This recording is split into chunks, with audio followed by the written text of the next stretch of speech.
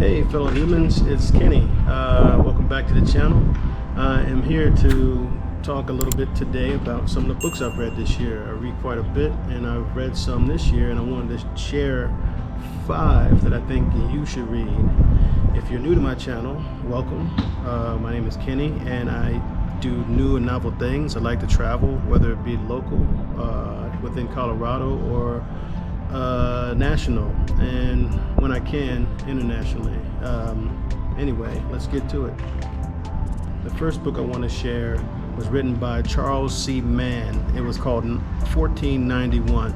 It's a great book. It's basically a book about Native Americans before 1492. Of course, that was the year that Columbus hit North America, and before then, North America was not the continent that many of us were taught, at least here in American schools. Like contrary to what we were taught, America wasn't sparsely populated as we once thought. There were actually cities, and there were just millions upon millions of natives from coast to coast, and from North America to South America. They're all over.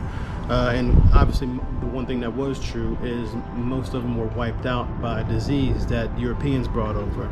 So it was a great book, and it really challenged a lot of things that we learned in school, and gives you real perspective of what it was like before, because it does matter. Charles Mann covers a great many tribes, all the way from what we call now Canada, all the way down to South America. They talk about that migration that happened, and also he mentioned the idea that many scientists believe that natives have been here a lot longer than we thought. But anyway, I strongly recommend you read that. It's a great book. And on to the next one. The number 2 book that I read, it was actually the second time I read it, and I wanted to share it, and I wanted to read it again because it was such a powerful book, and gave me a lot of info that kind of helped me achieve goals.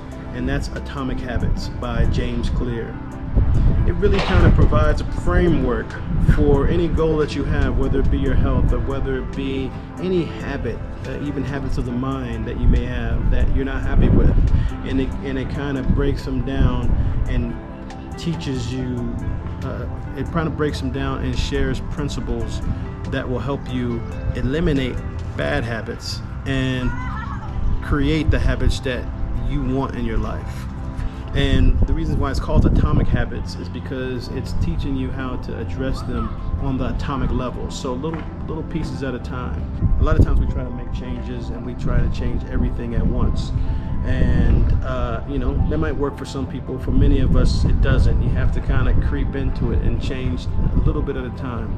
It's such a great book. I've read it twice. I'm probably read it more times before it's all over, because it's just something that it's a great book full of things that I can memorize the basic principles, but it's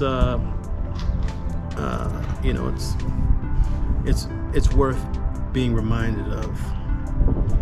The third book I recommend is Freakonomics. It's a book by Stephen D. Levitt and Stephen J. Dubner. The book basically is a series of articles put into a book and the articles are by Stephen D. Levitt.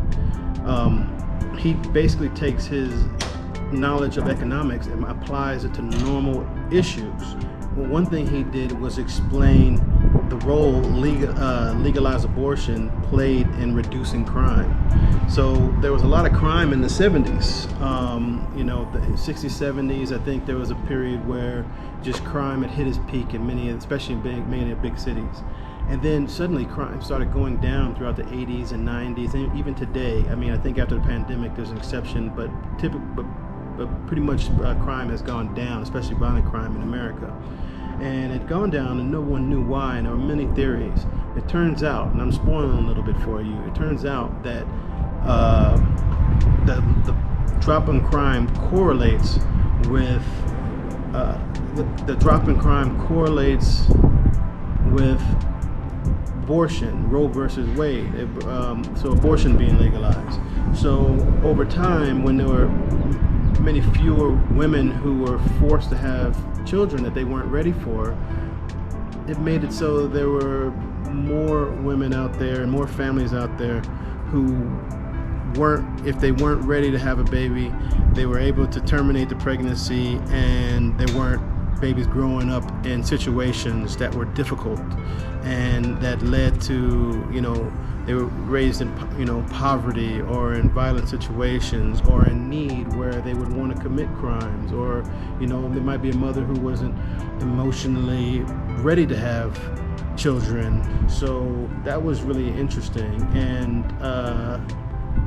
they talk about how in Romania, where abortion was made illegal at one point, then the many of the kids who grew up after that point grew up to overthrow the dictator Nicolae Ceausescu, and it was just kind of ironic that he kind of made abortion illegal, and those kids, maybe about 18, 20 years later, grew up, protested, rioted, and actually killed him. So that was pretty amazing. But overall, that's not the only thing. They talk about everything from drug dealing to as I said, reduce crime, to parenting, education, and it's just all super interesting things that we all talk about daily, and whether it be the news or amongst each other. So great book, strongly recommended. I read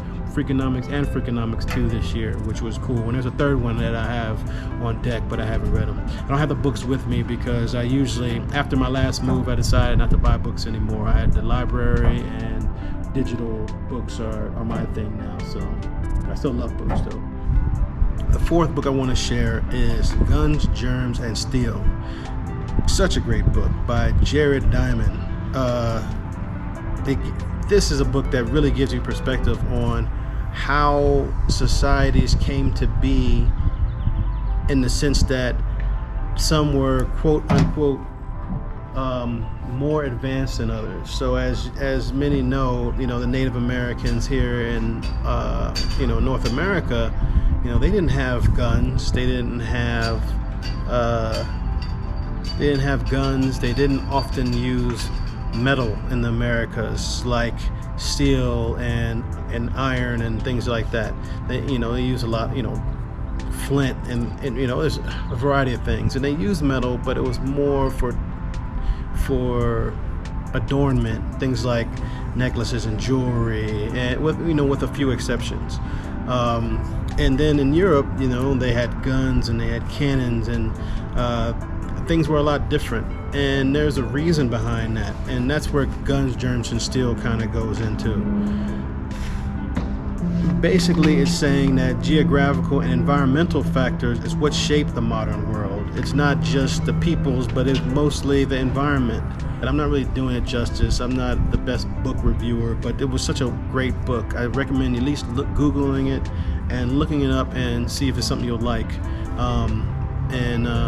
Give it check it out. I really enjoyed it, and it kind of changed my perspective on a lot of things. One issue is, especially with people who say that one race is superior to the other, they say, Native Americans or Africans or people from the Pacific, they're inferior. Look, they didn't create, guns. They didn't create this and that, and when it comes to Europeans, we did that, and so therefore we're more powerful, and it kind of blows that out the water when you have perspective from this book.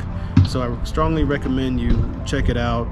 It's one that people have recommended me for a long time, and I just never got to, so I finally read it this year, and it was awesome.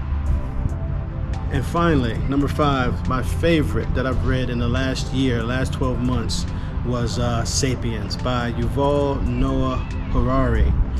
It's called Sapiens, A Brief History of Mankind. It basically takes you from the very, very beginning, when we were evolving, all the way till now.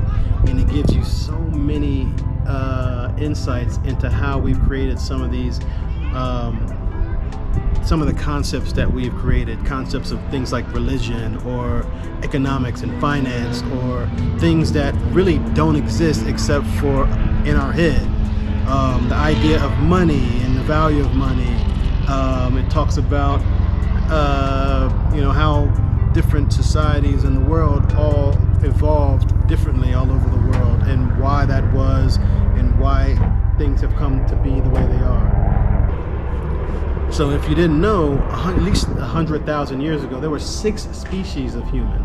And today there's just only 1. And there's a reason for that. And this kind of goes into why that was. What set Homo sapiens apart from all other species, Homo erectus and the Neanderthal species. They're all our relatives, and they all existed, and they all don't for a reason. It's amazing where we've come from, and it's amazing who we are, because just in case you forgot, we're animals. We are the same as animals. We have, you compare us to any other mammals. We have hearts, we have, legs, we, breastfeed, we, do all the things that other animals do. But what sets us apart is the ideas that we can embrace and we all agree to and communicate with. You take any mammal, even a primate, and put them together and try to have them collaborate on anything. It just doesn't happen. It kind of puts that into perspective. Such a great book. That was definitely my favorite of all year. And that's it. That's my 5.